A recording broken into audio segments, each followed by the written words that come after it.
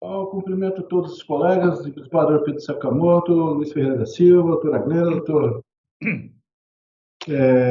Amarildo César Paixão, pelo eminente procurador de Justiça, sessão de hoje, da segunda Câmara Criminal do Tribunal de Justiça de Mato Grosso, declarando então aberta a sessão.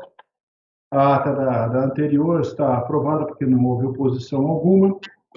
Anuncio que está adiado para a próxima sessão, no dia 15 de 12 deste ano, o número 2 da pauta geral PJE. É o processo número 10.18.425.46, a relatoria do desembargador Pedro Sakamoto, que deferiu o pedido de adiamento formulado pelo defensor. Então, está adiado para o dia 15 de 12 do corrente ano. Passemos, então, aos julgamentos. Nós temos o doutor Francisco Alexandre Ferreira Mendes, que estava aqui na ambiência, mas eu não sei se ele se encontra ou teve algum problema, porque o meu aqui deu um probleminha, agora tem um técnico que está ajustando. Doutor Francisco, está postos, né? Aparece aí na imagem, né? Não, só estão ouvindo sua voz. Uai. O meu está liberado aqui, o áudio. Não, o áudio sim, mas a sua imagem não. Tá tem que ligar a câmera aí. Está ligada. Isso. Desembargador Pedro Sakamoto, o doutor Francisco Mendes estava me substituindo, então eu vou passar a Vossa Excelência ao 2 da pauta, apelação número 22.425/2019, é físico, né? Físico. Processo físico, o 2 da pauta dos físicos, desembargador Sakamoto, para a Vossa Excelência presidir, então. Passo-lhe a presidência. Obrigado, senhor presidente. Então, anuncio o julgamento da apelação 22.425/2019, da comarca da Capital. Apelante Ministério Público, apelado Wagner Rogério Neves de Souza, de relatoria do excelentíssimo senhor doutor Francisco Alexandre Ferreira Mendes Neto, que está com a palavra. Obrigado, Ismael. Aparece o áudio, a câmera certinho? Tudo certinho. Trata-se de recurso de apelação criminal interposto pelo Ministério Público em relação aos termos da sentença proferida pelo juiz da primeira vara criminal da comarca de Cuiabá, onde absolveu o acusado Wagner Rogério Neves de Souza pelos artigos 121, parágrafo 1º, incisos 1 e 4, 157, parágrafo 2º, incisos 1, 2, 4 e 5, 288, parágrafo único e 211, todos do Código Penal, as implicações da Lei 8.072/90. Inconformado, o Ministério Público depois de recurso de apelação criminal, alegando em razões recursais, anular a decisão, objetivando anular a decisão do Tribunal do Júri, submetendo o réu Wagner a novo julgamento. Em resposta, a defesa requer que o recurso ministerial seja conhecido e, no mérito, negado o provimento, mantendo a sentença absolutória. Nesta instância, a douta Procuradoria-Geral de Justiça, através da promotora Claire Vogel Dutra, manifestou-se pelo provimento do recurso. Relatório, presidente.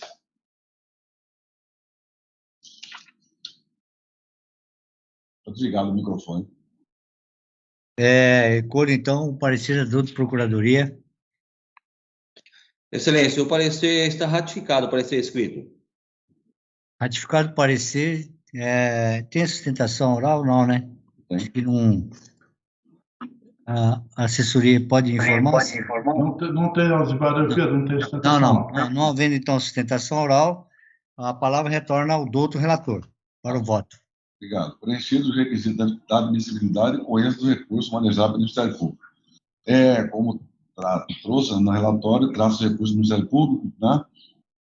Interposto contra a sentença que absolveu o réu Wagner Rogério Neves de Souza. Conformado pleiteio ao MP, a anulação da decisão do Tribunal do Júri por ser manifestamente contrária à prova dos autos, uma vez que pese ter admitido a materialidade do crime, a autoria do réu Wagner não foi reconhecida por 4 votos a 3. Por consequência, o mesmo foi absolvido. A preliminar, a Procuradoria insurge a preliminar para anular o veredicto do Tribunal do Júri, determinando o julgamento, visto que a decisão seria contrária à delação e à prova oral coligida nos autos. Porém, entendo que essa preliminar confunde com o próprio mérito. O ele deve ser apreciado.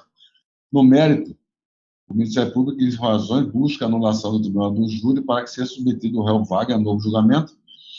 Eu digo o seguinte: é de elementar conhecimento que o julgamento proferido pelo júri só poderá ser anulado com fundamento constante do artigo 593, inciso 3, a linha D do CPP, quando a decisão do jurado servirá completamente destoante do conjunto probatório produzido. Trago aqui lição nessa linha doutrinária de Fernando Capês. Não se caracteriza, assim, como manifestamente contrária à prova dos autos, a decisão que, optando por uma das razões trazidas à baila, não se encontra inteiramente divorciada da prova existente do processo. Também trago dois ensinamentos doutrinários aqui, um do José Frederico Marques e outro de Ari Azevedo Franco. Se os autos exibirem duas versões probatórias, a decisão que optar por uma delas não será manifestamente contraditória, não merecendo ser anulada em face à soberania dos veredictos. Iniciando a análise dos autos por um breve resumo da exordial que narra o crime de homicídio contra a vítima Douglas Wilson Ramos, bem como do roubo, ocultação de cadáver e associação criminosa, sendo o delito executado em 24 de setembro de 2015. O apelado Wagner foi acusado de participar da empreitada criminosa, tendo sido descrito na denúncia que lhe cabia a missão de conduzir um veículo Gol branco que foi visualizado pelas outras vítimas para transportar o ofendido Douglas, ingressando assim o trio de réus acusados pelos crimes. O laudo comprova a materialidade do delito. O apelado Wagner foi pronunciado como incurso na conduta descrito no artigo 121, parágrafo 2º, incisos 1 e 4, 157, parágrafo 2º, incisos 1, 2, 4 e 5, artigo 288, parágrafo único, e artigo 211, todos o Código Penal, com as implicações da Lei 8.072/90. Por sua vez, foi submetido a julgamento do Tribunal do Júri em 30 de outubro de 2015.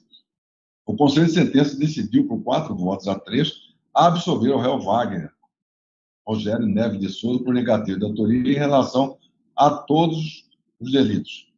O Ministério Público entendendo que a decisão do jurado foi manifestamente contrária à prova dos autos. O parquê rebateu a decisão do Tribunal do Júri, tendo em vista que, entre outras provas principais extraídas, seria o depoimento de Newton, de forma extrajudicial, confessando a autoria do delito e apontando o recorrente Wagner como um dos autores do crime, o qual pediu para realizar o homicídio em troca de quitação de uma dívida. Porém, em juízo, esse mesmo corréu Newton mudou a versão, negando que tudo que teria dito na delegacia. Ademais, utilizou como argumento o fato da testemunha Vitor Hugo Dantas, ouvida também só extrajudicialmente, ter narrado que o réu Wagner ofereceu vender para ele um automóvel BMW X1 roubado da vítima Douglas e, assim, depois vendeu para o acusado dos cargos. Por sua vez, alegou também, MP, o depoimento do réu Luiz Carlos, e que este, após declarar em juízo o envolvimento de Wagner na venda do veículo roubado da vítima, foi ameaçado. Porém, extrajudicialmente, Luiz Carlos apresentou uma outra versão, apontando o réu Newton como uma pessoa que apareceu no momento da entrega do carro e não o Wagner. Por fim, apresentou como provas as braçadeiras de nylon utilizadas para amarrar a vítima e foram apreendidas na residência de Wagner. Outro sim, rebatendo as provas, o apelado negou a autoria de todos os delitos em todas as fases, explanando detalhadamente como foi a sua rotina no dia do delito, bem como trouxe a informante Laudiceia Martins, que é a esposa do Wagner, a testemunha Abel Silva Pinho, que é o mecânico que atendeu o réu no horário em que o crime teria acontecido, onde confirmaram a versão do réu. Ressaltou o acusado também que no dia da venda do carro roubado, que teria ocorrido um dia após o crime, ou seja, 25 de setembro de 2015, na cidade de Nova Mutum, ele alegou que estava em Cuiabá apresentando aos autos fotografias para comprovar o alegado. Diz também que as abraçadeiras encontradas em sua residência eram parecidas com as que foram utilizadas para amarrar a vítima, bem como disse que elas podem ser facilmente compradas.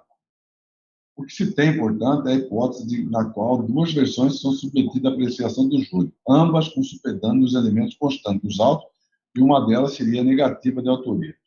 Existindo, assim, duas versões e não sendo a mesma totalmente verossímil, não se pode anular o julgamento por ser contrário à prova dos autos. Se o juiz natural da causa valorou a versão apresentada pelo réu plenário, que não se mostra completamente dissociada do contexto probatório, não cabe ao Tribunal de Justiça substituir esse entendimento por entender que haveria nos autos prova mais robusta em sentido contrário ao da tese acolhida.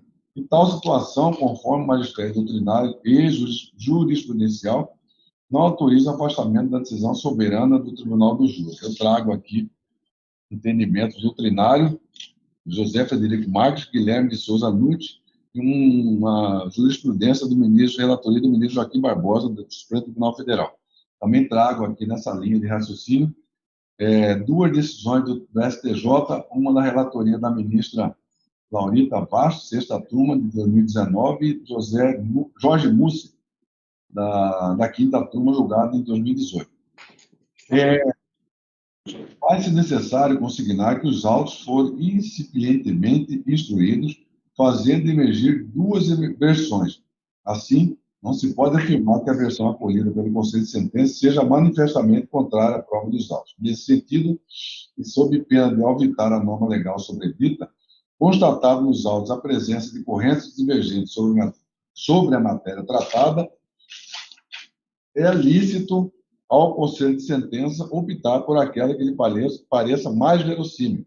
E assim o fazendo, não cabe ao tribunal, em grau de recurso, anular a decisão sob a adução de que, no caso, a versão adotada não se apresenta mais correta. Pelo exposto, desprovejo o recurso de apelação criminal interposto pelo Ministério Público, mantendo inalterada a decisão, ora haver gastado. É como voto, senhor presidente.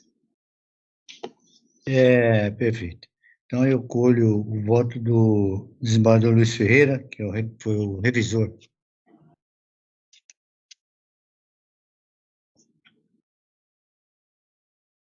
Desembargador Luiz, isso, está bloqueado. De acordo, fiz a revisão, cheguei à mesma conclusão. Perfeito. Então, eu também acompanho o relator, portanto, anuncio o resultado do julgamento. Por unanimidade, desprover um recurso nos termos do voto do doutor relator. Então, devolvo a palavra ao desembargador desembargador Rui Ramos. Desembargador Rui.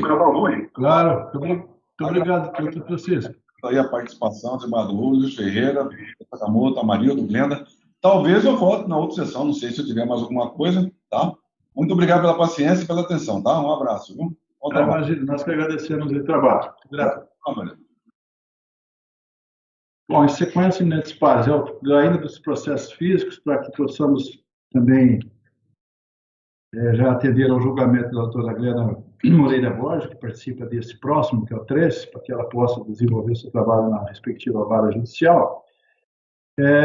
Dos físicos, o número 13 é a apelação número 51550/2019, onde são apelantes Vamil de Souza Santana e José Roberto Santos Espinosa. E em minha relatoria, eu vou passar o breve relato. Participo do julgamento eu como relator, a doutora Glenda como revisor e o desembargador Pedro Sakamoto como vogal.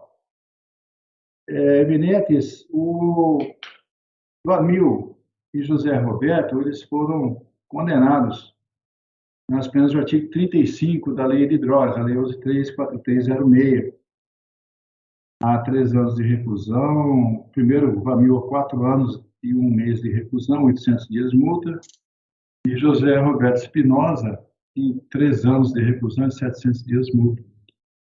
Ambos no artigo 35 da Lei de Drogas. Depreende-se dos autos que a Polícia Judiciária Civil deflagrou a operação denominada Babilônia, a fim de desarticular a organização que atuava no tráfico de drogas na capital e região metropolitanas. No decorrer das investigações, com substanciadas interceptações telefônicas, houve a confirmação da concorrência para o delito dos apelantes.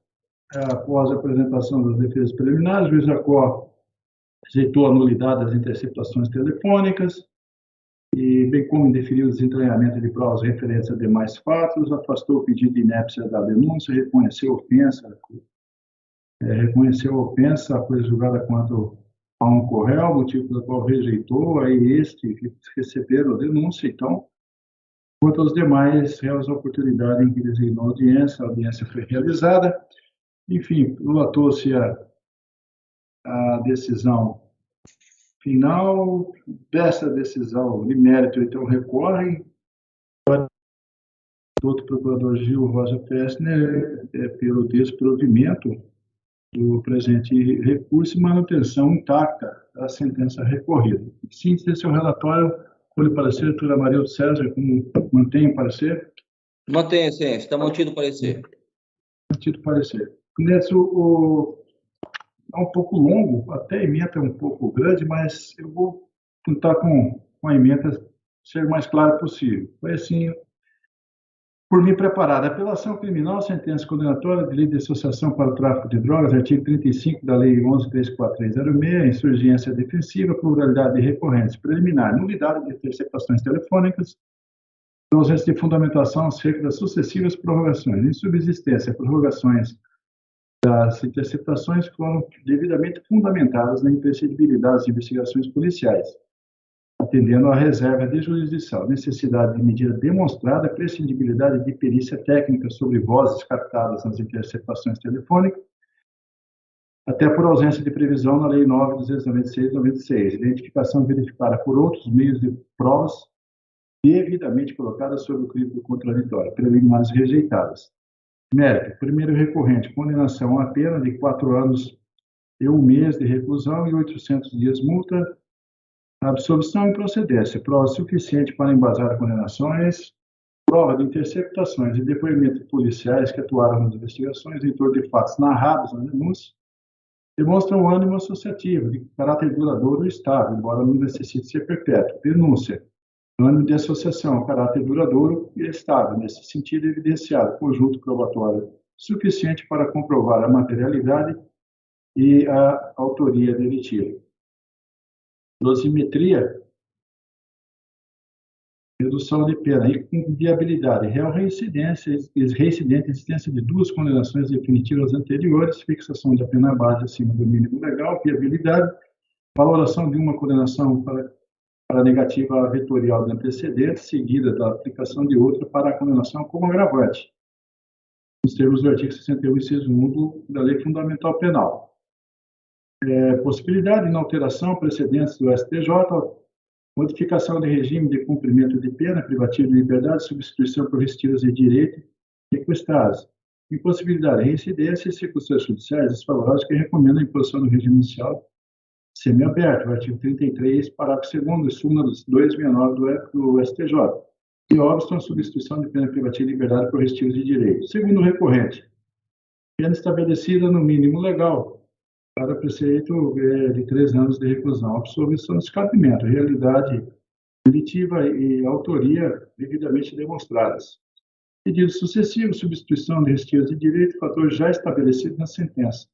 Dosimetria que não comporta reparos, pleito defensivo formulado e comum pelos recorrentes, pretendida então a concessão da justiça gratuita para fins de isenção de custos processuais, de modo que tem possibilidade em matéria que deve ser atingida ou repercutida na parte das execuções criminais nos termos do artigo 804 do CPP.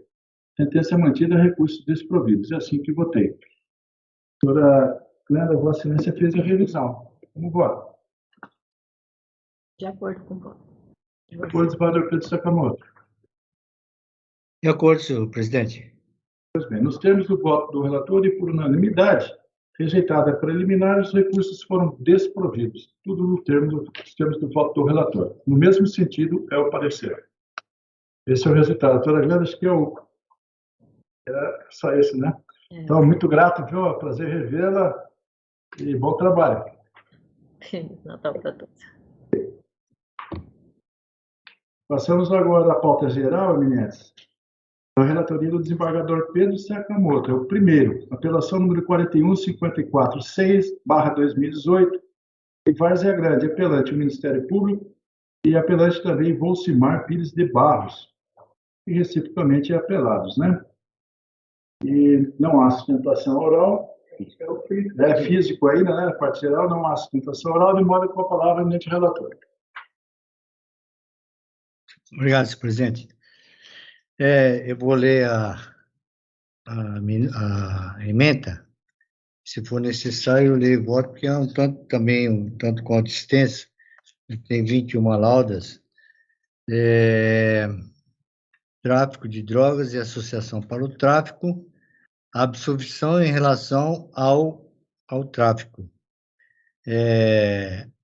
e condenação em relação à associação, crime de associação ao tráfico, e resignação defensiva, absolvição em relação ao crime tipificado no artigo 35, caput da Lei 11.343 de 2006, inviabilidade, vínculo associativo evidenciado, depoimentos policiais em harmonia com os demais elementos probatórios, carreado aos autos, pedido subsidiário, redução da pena base, pertinência, valoração desfavorável da natureza da droga, inidoneidade, réu não flagrado com substâncias entorpecentes, abrandamento ex officio do regime inicial para o cumprimento de pena privativa de liberdade, pré-questionamento, desnecessidade de menção a todos os dispositivos legais invocados pelo recorrente, exaurimento da jurisdição com a aplicação da lei no caso concreto, e resignação ministerial, condenação em relação ao crime tipificado no artigo 33, caput da Lei 11.343 de 2006,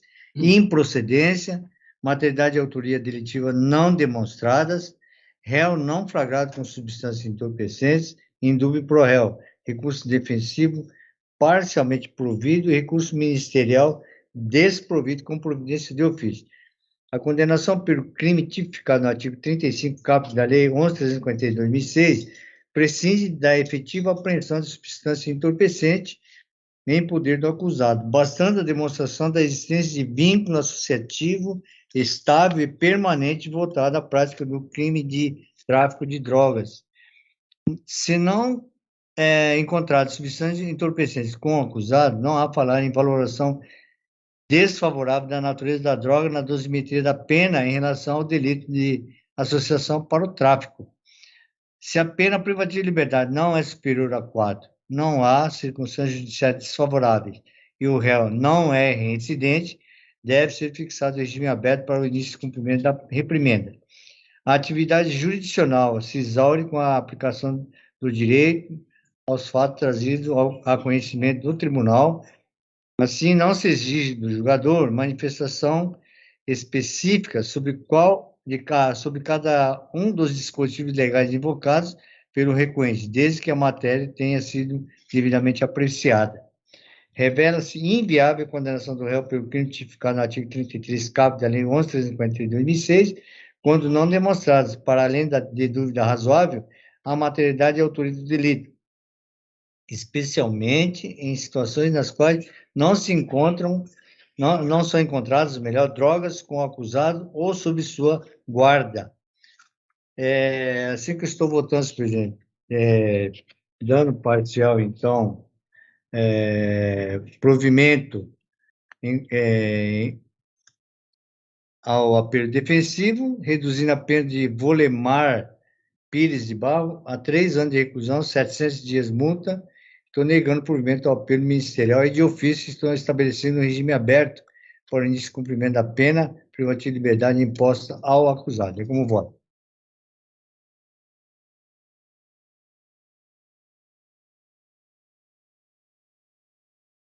Desembargador Rui, o áudio do senhor está fechado. Desculpa. Não, está certíssimo. Eu que cliquei e parece que não sinto muito, mas fiz a revisão também, então nós reduzimos a pena de Volcimar Pires de Barros para 3 anos de reclusão e 700 dias multa, não é isso? Dando provimento parcial ao recurso e desprovendo um recurso ministerial, não é isso?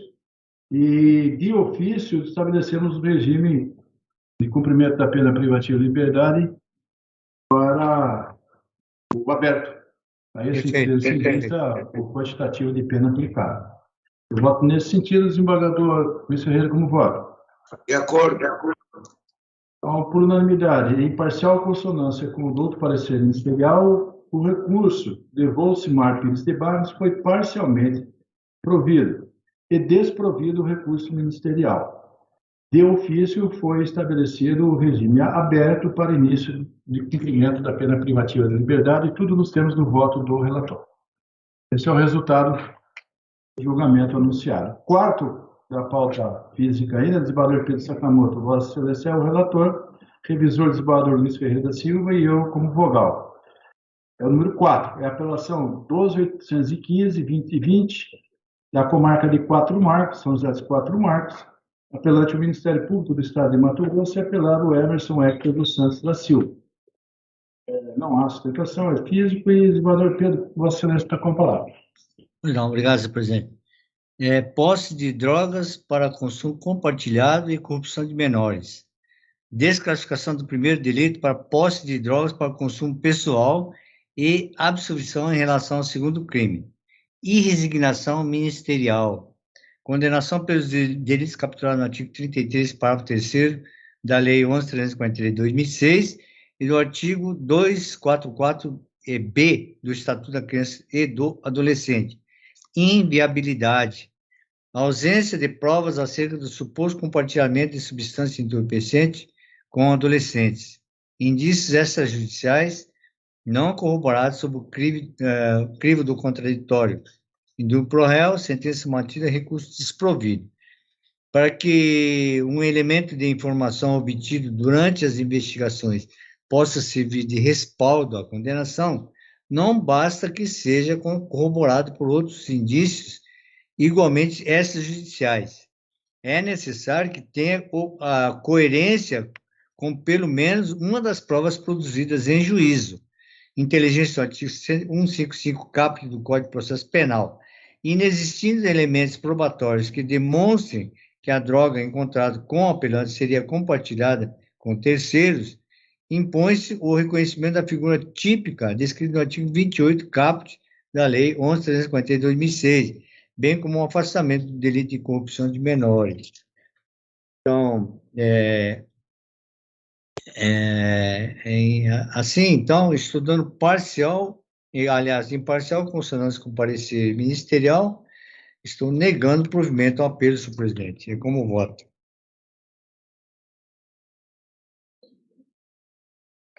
Luiz Ferreira, como vota Vossa Excelência? Cheguei à mesma conclusão. Voto com o relator. Voto com o relator. Senador Pedro, Vossa Excelência, o recurso é do Ministério Público, Vossa Excelência desproveu o recurso, né? Perfeito, senhor presidente. Estou desprovendo. E o parecer foi, doutor Avarildo? Foi nesse sentido, né? Foi nesse sentido também? Pelo desprovimento? Provimento parcial do recurso. Foi pelo provimento parcial. Isso. E o relator revisor desproveu integralmente, é isso, né, desembargador Pedro? Isso, exatamente. Então, de acordo com a unanimidade dos termos do voto do relator, o recurso ministerial foi desprovido. O parecer pelo parcial provimento do apelo. Esse é o resultado.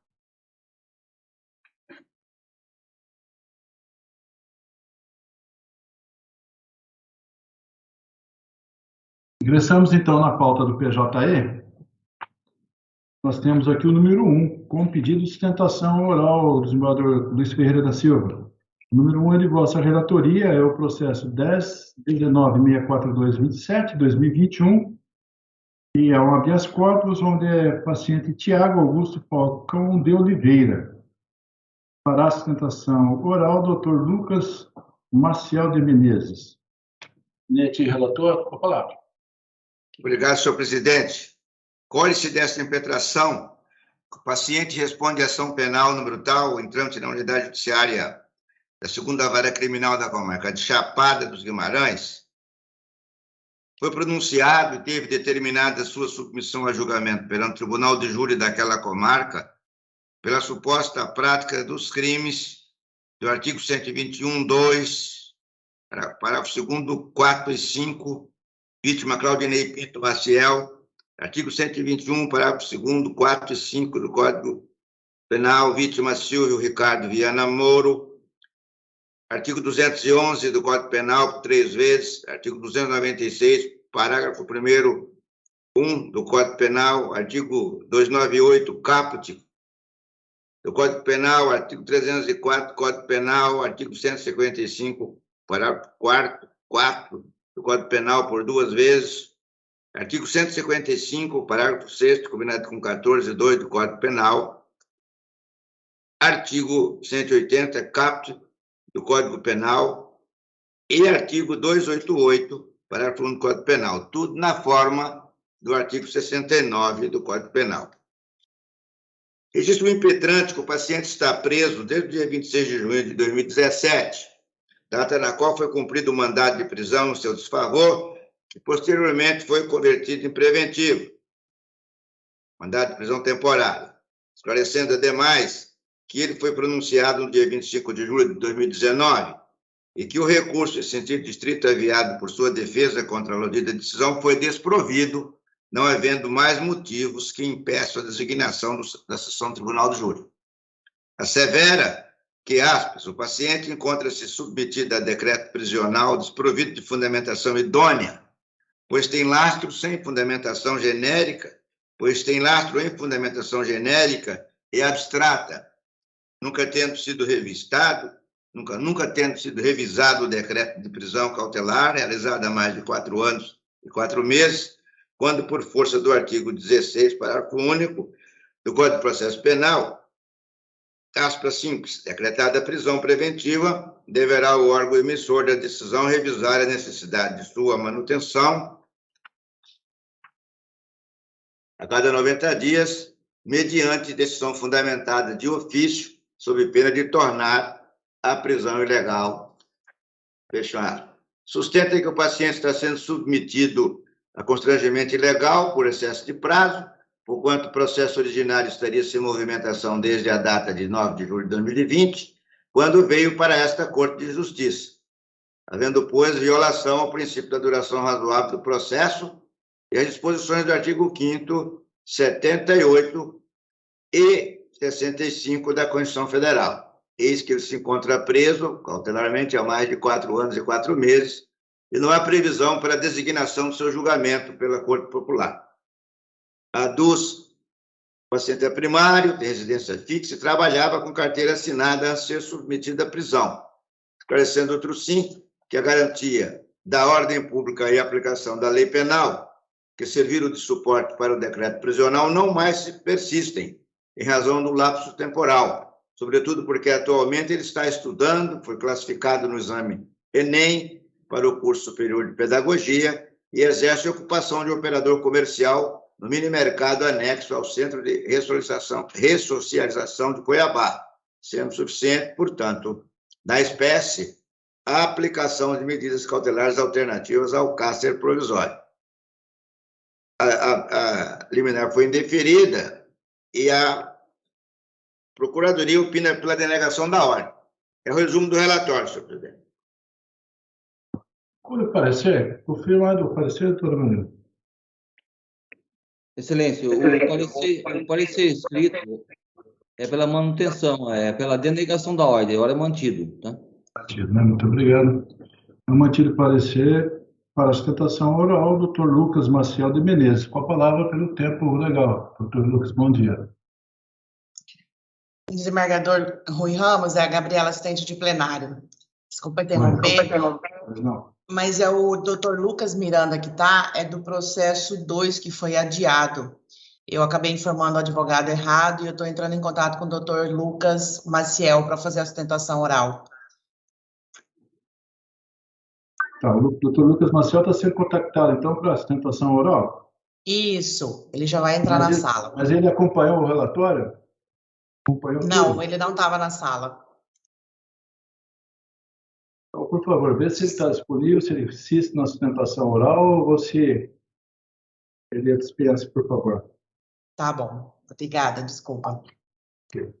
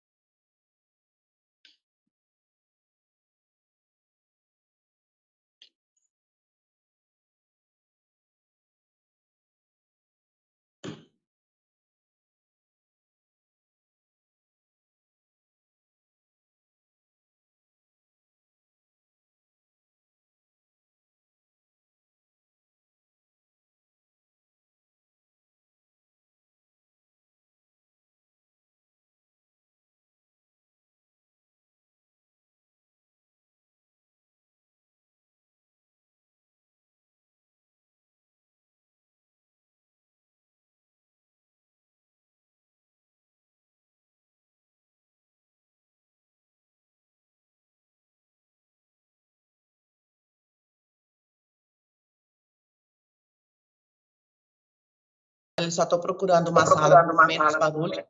E ele disse que dispensa, sim, um relatório. Ok. Me desculpa Por pela favor. confusão. Às vezes acontece, nunca, não é normal, mas às vezes acontece, eu sei. Então, por favor, providencie a entrada dele para a sustentação. Sim, senhor.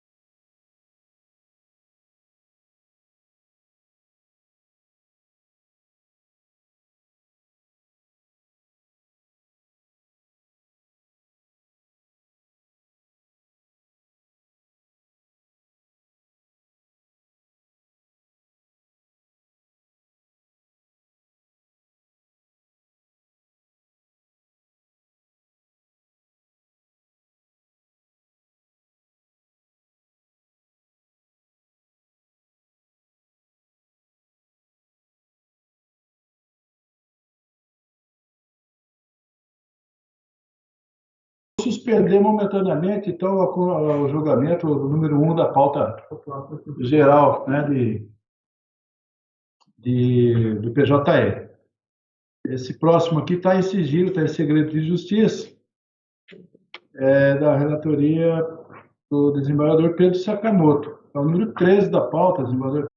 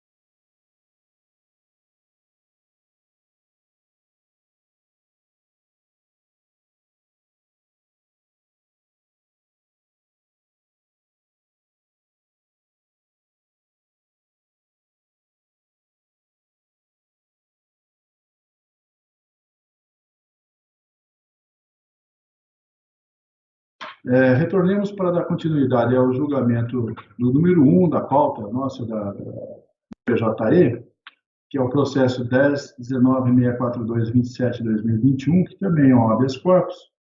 Nossa Excelência, inclusive, já relatou, houve uma dificuldade do acesso, né, no mesmo momentâneo, do doutor Lucas Maciel de Menezes, né, da sustentação oral, por isso, então, houve a suspensão momentânea aqui da continuidade, né, do julgamento.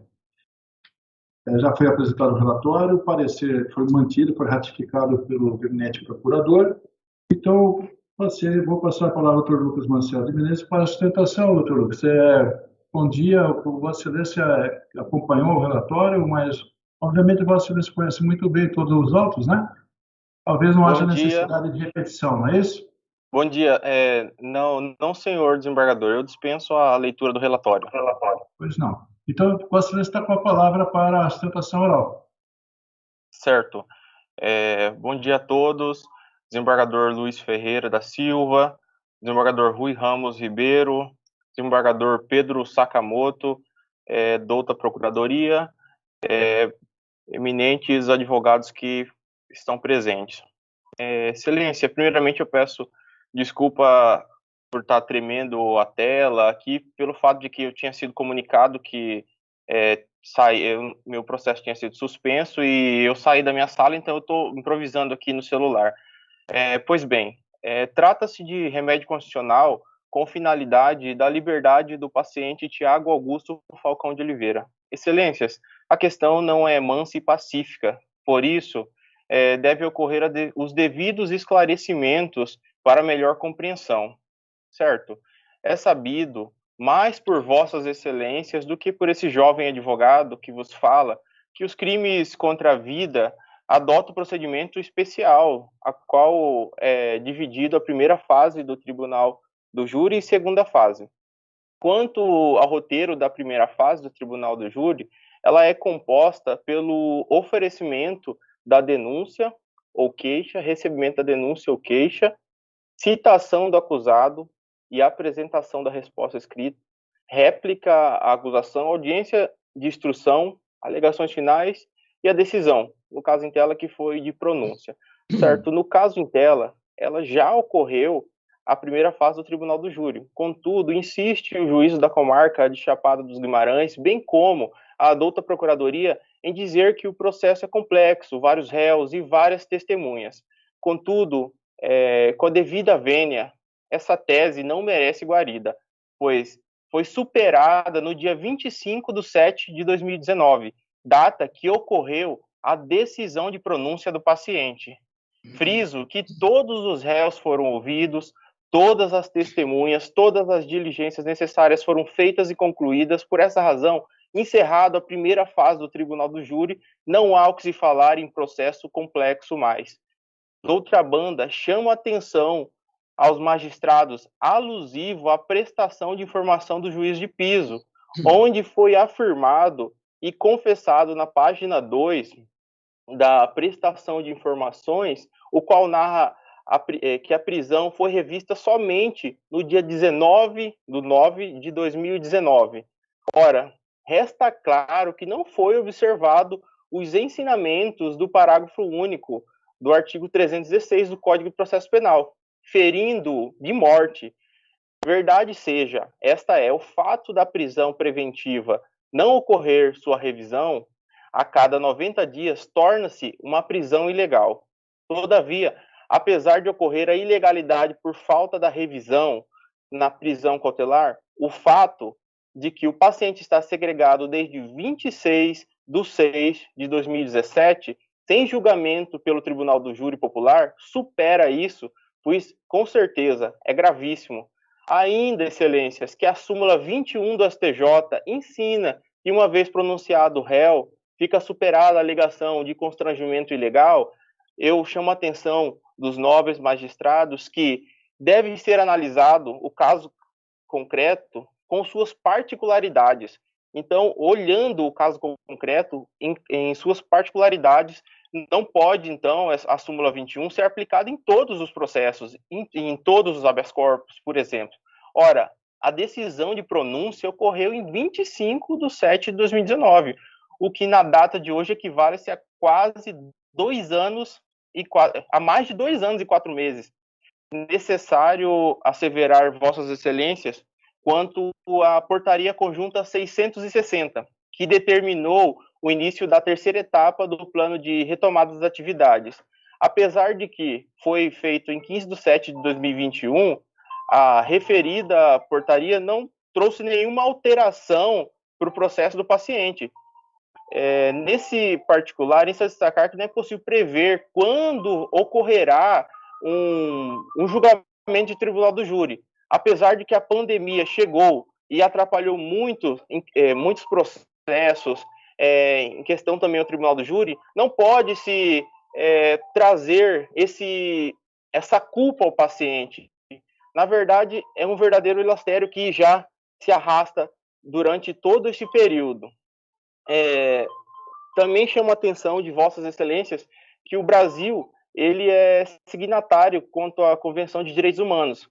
Passa a ter expressamente delineado no seu texto normativo a garantia razoável da duração do processo. Então, também, como fundamentação, trago à baila aqui aos nobres que, a respeito da jurisprudência em casos análogos desse egrégio Tribunal de Justiça, no dia 5 de 5 de 2021, o nobre desembargador Luiz Ferreira da Silva, ele concedeu ordem de habeas corpus a um paciente que tinha cometido triplo homicídio. No caso em tela, foi triplo homicídio, mas 2 consumados e 1 tentado. 54 meses que ele estava segregado, e em análise profunda verifiquei que o voto constava que o paciente tinha sido pronunciado há 20 meses.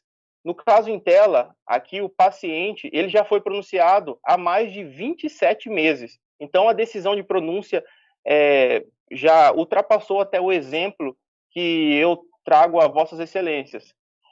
Por essa razão, verificando todo esse período, esse elastério, o paciente ele possui bons antecedentes também, apesar de que isso não seria o suficiente, mas colabora com o caso concreto, tendo em vista que possui já aqui 2 teses, a qual já seria necessário a concessão da ordem, mas ficou devida vênia.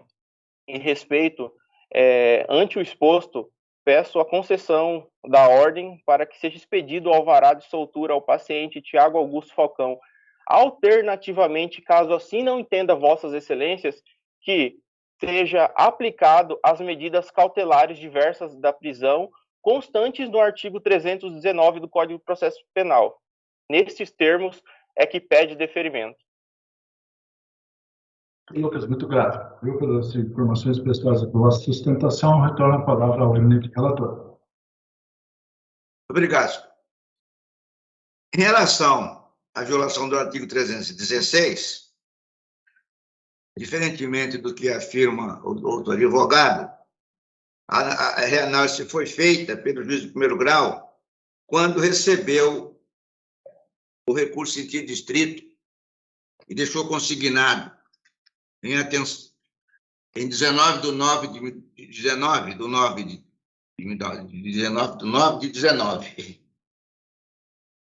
São números. Em atenção, disse o juiz, atenção que dispõe o artigo 588 do CPP, independentemente do que vier a alegar os recorridos, este juízo mantém a decisão combatida por seus próprios fundamentos. O processo veio para cá, para o segundo grau, e aqui nós também realizamos a aludida reanálise, quando julgamos o recurso de distrito, eis que convalidamos a pronúncia, levando em consideração naquela oportunidade os elementos estáticos que se comunicam a todos os pronunciados. Vale dizer, não sujeitos à cláusula rebus sic stantibus, pois diz respeito ao modus operandi empregado na prática dos crimes, que demonstra a periculosidade deles, sem contar que, no caso do paciente, este responde por inúmeros crimes graves. Então, além disso, esta segunda Câmara realizou, ainda que tacitamente, a reanálise da necessidade da prisão quando julgamos os habeas corpus número 1011, 997, 87 e 1015, 371, 77, 2018, que foram impetrados sem de benefício do próprio paciente ou de seus comparsas, assim como também o fez, conforme acima foi dito, no julgamento do recurso CC Distrito. Cumprindo asseverar, neste ponto, que desde a subida deste recurso para o julgamento desta Corte, não há mais como se imputar eventual constrangimento ilegal ao juízo de primeiro grau, razão pela qual a pretensão deduzida pelo impetrante sequer deveria ser conhecida. Eis que eventual elastério para análise do tema em referência seria atribuído ao Tribunal do Estado de Mato Grosso, deslocando, por consequência, a competência para o exame de julgamento de habeas corpus ao STJ. Mas se isso não bastasse, é preciso deixar claro que, embora o artigo 316 determine a revelação periódica dos fundamentos que indicaram a necessidade da custódia cautelar a cada 90 dias, o Supremo Tribunal Federal, ao referendar a liminar prolatada nos autos de suspensão de liminar 1365 de São Paulo, firmou o entendimento de que a inobservância do prazo nonagesimal previsto no parágrafo único do citado artigo 316 não implica automática revogação da prisão preventiva, mas apenas no direito de o agente ter reanalisada a necessidade de manutenção da sua prisão, o que pode ser feito neste voto, tendo em vista que o vertente processo, como disse anteriormente, está neste tribunal desde o dia 7 de julho de 2020.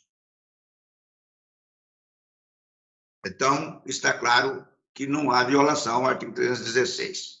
No que se refere à ausência de fundamentação, depois asseverar que essa tese já foi analisada e repelida no habeas corpus 10.15.371, ocasião em que o acordo ficou assim resumido. Aí eu transcrevo aqui a ementa do acordo. No julgamento citado por último, além da periculosidade do paciente, consistente no modus operandi em tese empregado por ele na prática dos crimes, um dos quais com decapitação da cabeça da vítima, ficou consignada também a necessidade da garantia da ordem pública, tendo em vista a sua reiteração diretiva. Porque, aspas, o paciente é criminoso contumaz específico, eis que responde perante a comarca de Nobres a 2 inquéritos policiais pelo suposto cometimento de 2 crimes de homicídio e furto, além de possuir em seu desprestígio ação penal número 554/93 de 2013, em trâmite na comarca de Dom Aquino, pela prática em tese dos crimes de furto simples e porte ilegal de arma de fogo, disse-nos o juiz do primeiro grau.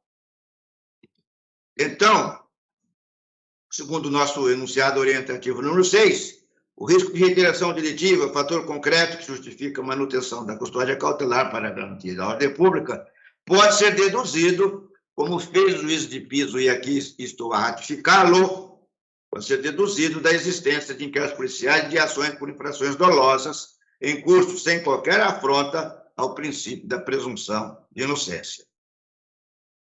Conforme acima foi asseverado, tratando-se de argumentos estáticos, não sujeitos à cláusula rebus sic stantibus, está cobertada pela coisa material, pela coisa julgada material, não havendo qualquer questionamento a ser realizado acerca da necessidade da prisão do paciente em decorrência da gravidade concreta dos crimes pelos quais ele e seus comparsas foram pronunciados, bem como devido à sua reiteração diretiva.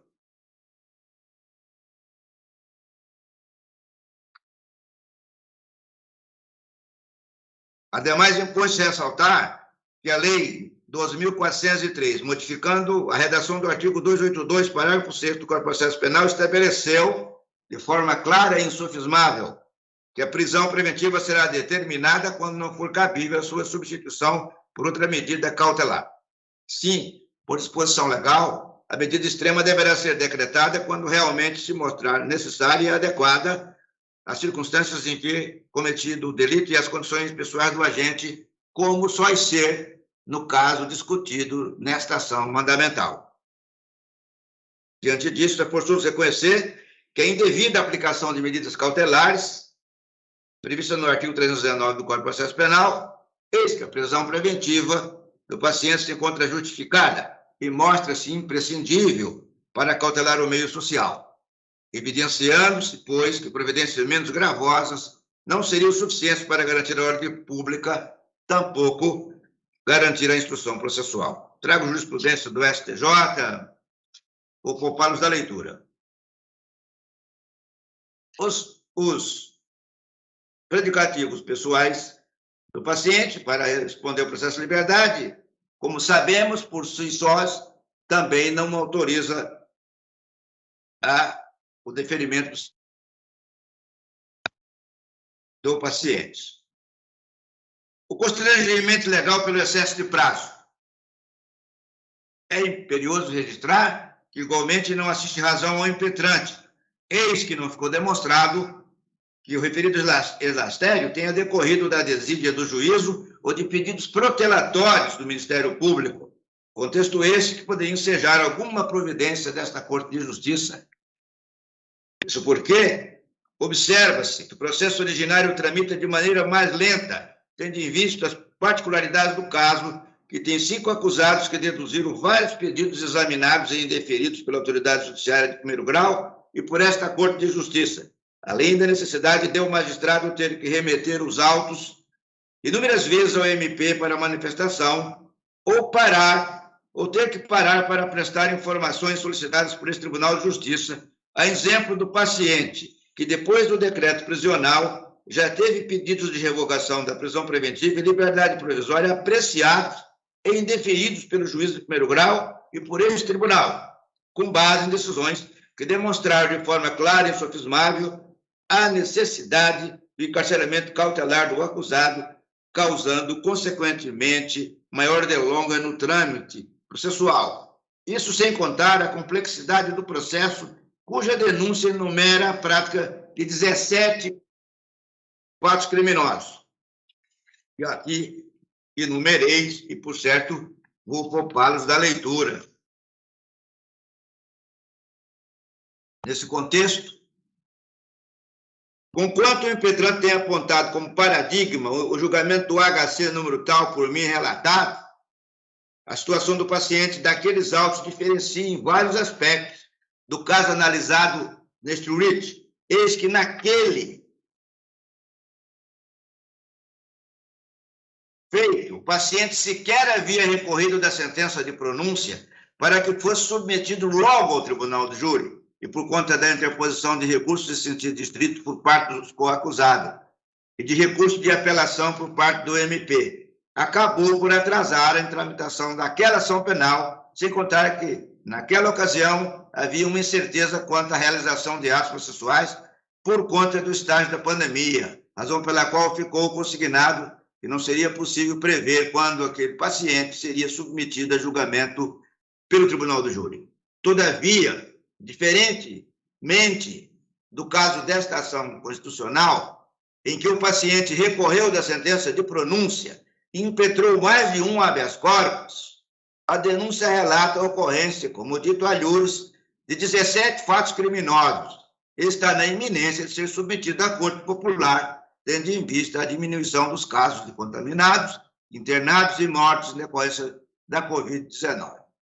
Se isso não bastasse, também das informações prestadas pela autoridade acoimada de coatora, ficou claro que existiram inúmeras particularidades no caso em análise, consistentes em pluralidade de réus, como dito anteriormente, com advogados distintos, dezenas de testemunhas a serem ouvidas, variados pedidos das partes, nomeação de defensores dativos, intimações por edital, renúncia dos patronos constituídos, cumprimento de inúmeros atos por intermédio de carta precatória, além de diligências incomuns, que certamente demandaram tempo maior para a sua conclusão, dentre elas, verba e graça, exame antropológico, laudos periciais, exame de DNA, relatórios de análise de dados telefônicos, em razão da gravidade concreta dos crimes. Elementos esses que diferenciam em muito o caso em análise daquele invocado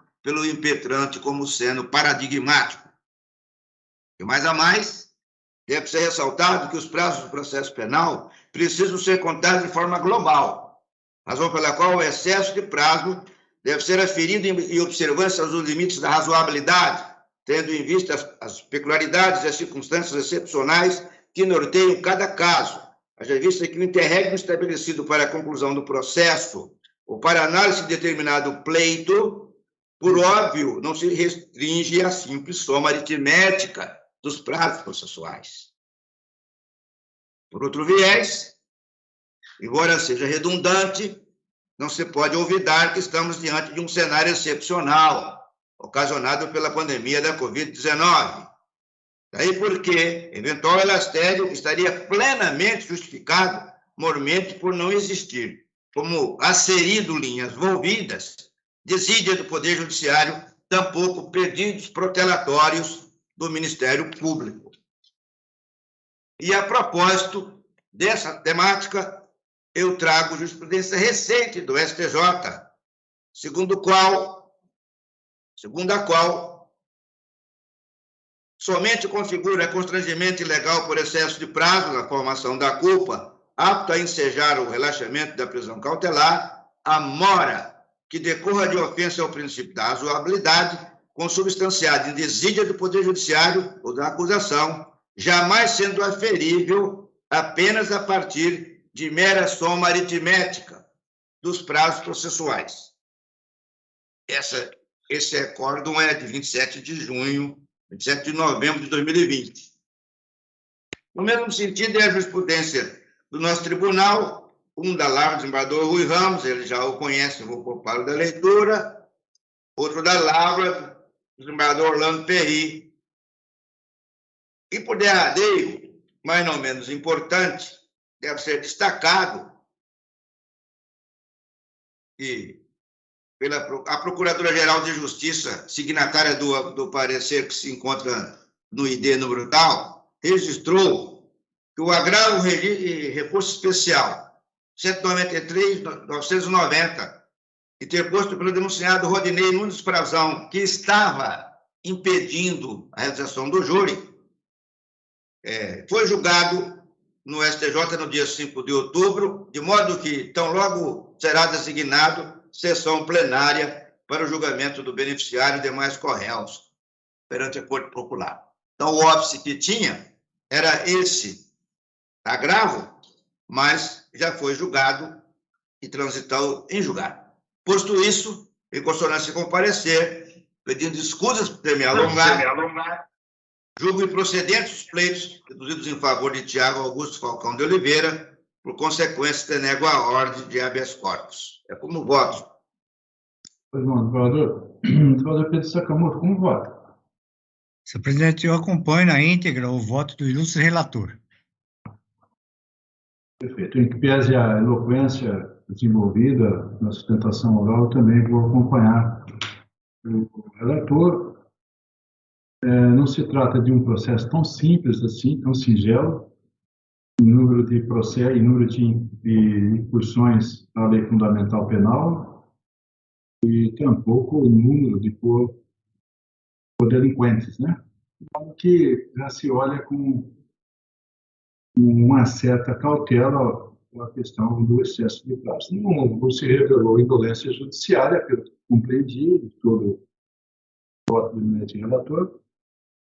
Não há indolência judiciária, não há endereçamento de indignidade humana. O caso em si, ele acabou por particularidades, inclusive a questão da pandemia, acabou por se aproximar em um tempo maior do que o normalmente necessário. Mas não há indignidade humana no meu modo de ver. E assim eu acompanho o voto do relator.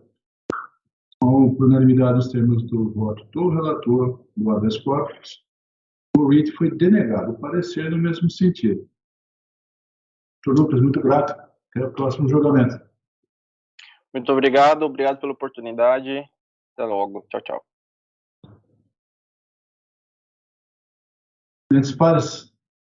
Os nossos julgamentos de hoje estão encerrados.